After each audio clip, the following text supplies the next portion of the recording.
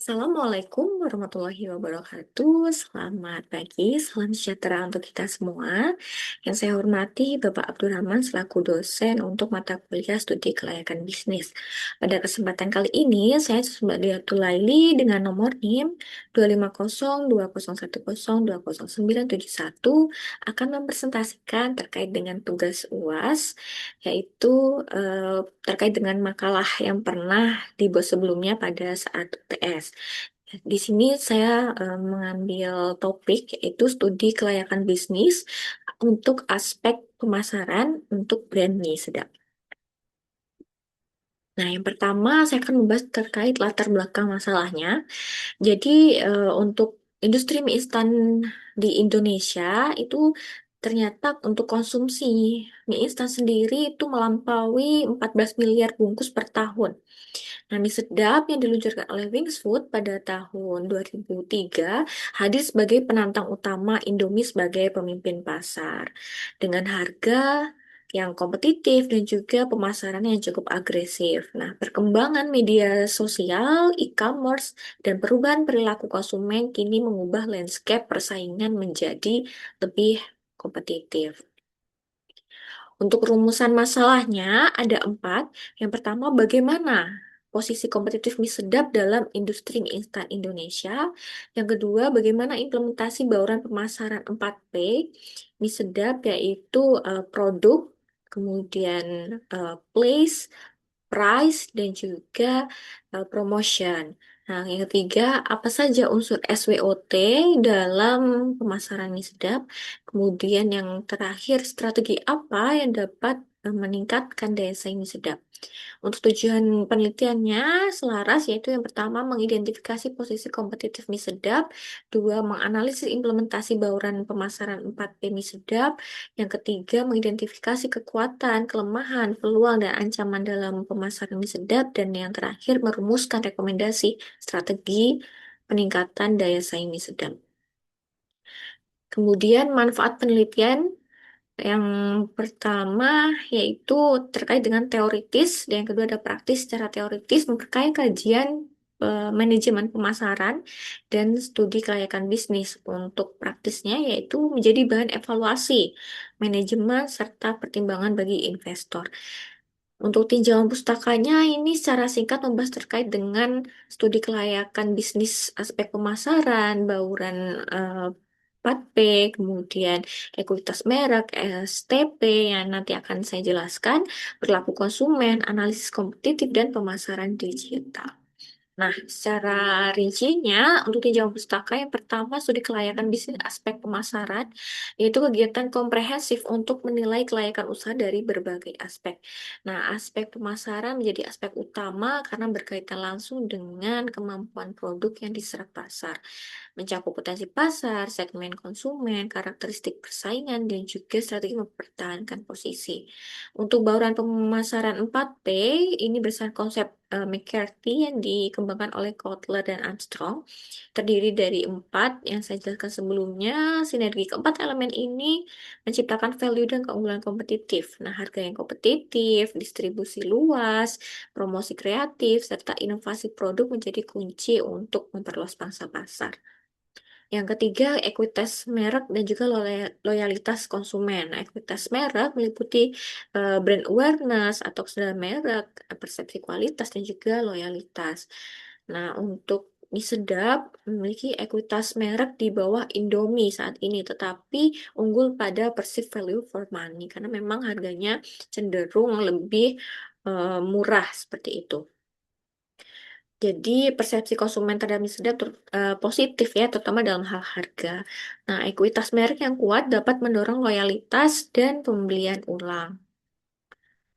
Selanjutnya terkait dengan STP, yaitu segmentasi, targeting, dan juga positioning. Nah, fondasi pemasaran modern ini menentukan posisi di pasar. Segmentasi yaitu membagi pasar berdasarkan demografis, psikografis, dan juga geografis. Nah, untuk targeting ini memilih segmen yang paling potensial untuk eh, menjadi sasaran gitu ya. Kemudian positioning membangun persepsi keunikan produk di benak konsumen. Konsumen menengah ke bawah ini cenderung fokus pada harga, sedangkan menengah ke atas itu lebih mempertimbangkan kualitas dari suatu produk atau jasa. Nah, untuk perilaku konsumen mencakup kegiatan memperoleh dan menggunakan produk. Keputusan pembelian dapat dipengaruhi baik dari kualitas, harga, kemudian ada promosinya dan juga distribusi.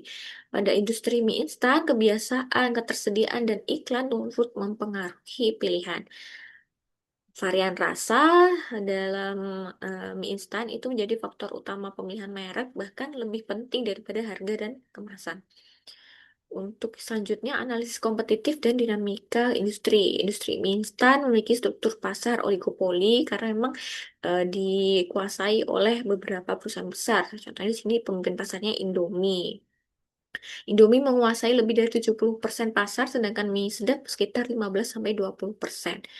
Persaingan menuntut diferensiasi nilai melalui rasa, inovasi, harga, dan pengalaman merek.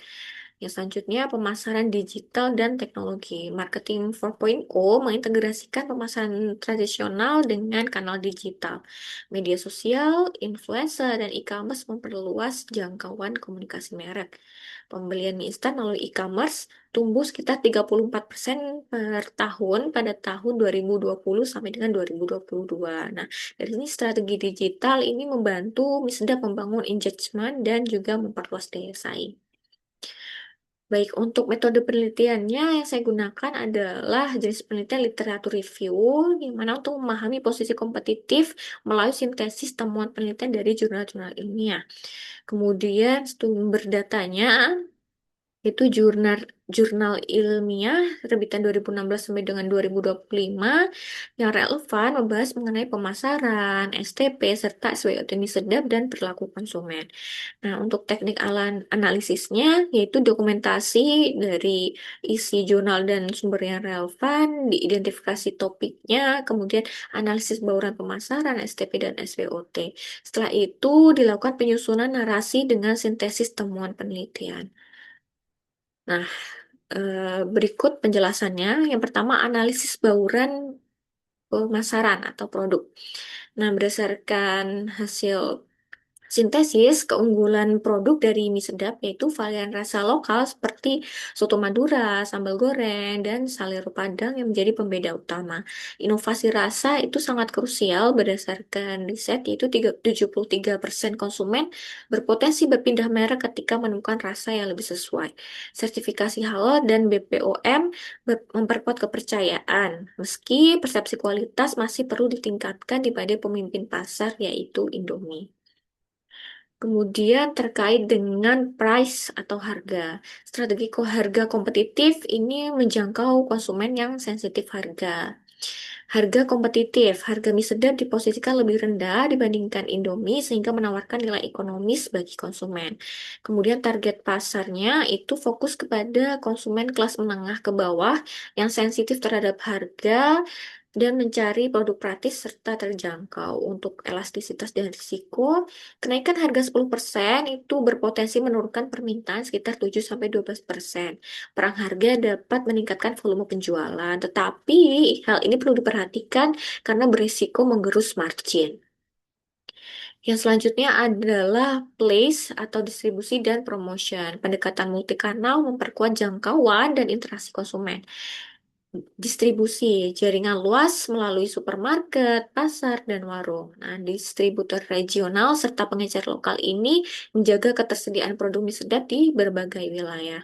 Untuk e-commerce, penjualan melalui platform digital tumbuh 34% per tahun, membuka akses langsung ke konsumen dan memperkuat visibilitas merek. Kemudian untuk promosi multikanal, nah mie sedap sendiri menggunakan iklan televisi dengan selebriti dipadukan kampanye media sosial berbasis UGC, yaitu mie sedap memiliki tagline mie sedap jelas terasa sedapnya. Integrasi kanal membantu memperluas jangkauan sekaligus membangun engagement. Selanjutnya, analisis STP-nya. Dari segi segmentasi, mie sedap dari segi kategori demografis yaitu menyasar usia 15 sampai 45 tahun, terutama konsumen kelas menengah ke bawah. Untuk psikografisnya yaitu konsumen yang mencari hal yang praktis, hemat, dan juga menyukai pilihan rasa yang beragam. Kemudian untuk geografisnya yaitu seluruh wilayah Indonesia. Nah, untuk targeting, segmentasi yang memang potensial yaitu target utamanya konsumen usia 18 sampai 35 tahun yang aktif, praktis, dan sensitif terhadap harga. Kemudian untuk target sekundernya itu ibu rumah tangga usia 25 sampai 45 tahun. Untuk positioning, mie sedap ini sebagai mie lezat berkualitas dengan harga terjangkau, sebagai alternatif pilihan hemat dengan varian rasa yang relevan dengan konsumen yang ada di Indonesia. Selanjutnya, analisis SWOT pemasaran mie sedap. Nah, ada 4 faktor utama yang menentukan daya saing. Saya bagi menjadi 2 bagian, sebelah kiri kekuatan dan peluang untuk menunjukkan apa yang perlu dikembangkan. Kemudian untuk sebelah kanan ada kelemahan dan ancaman, jadi sesuatu yang perlu diperhatikan.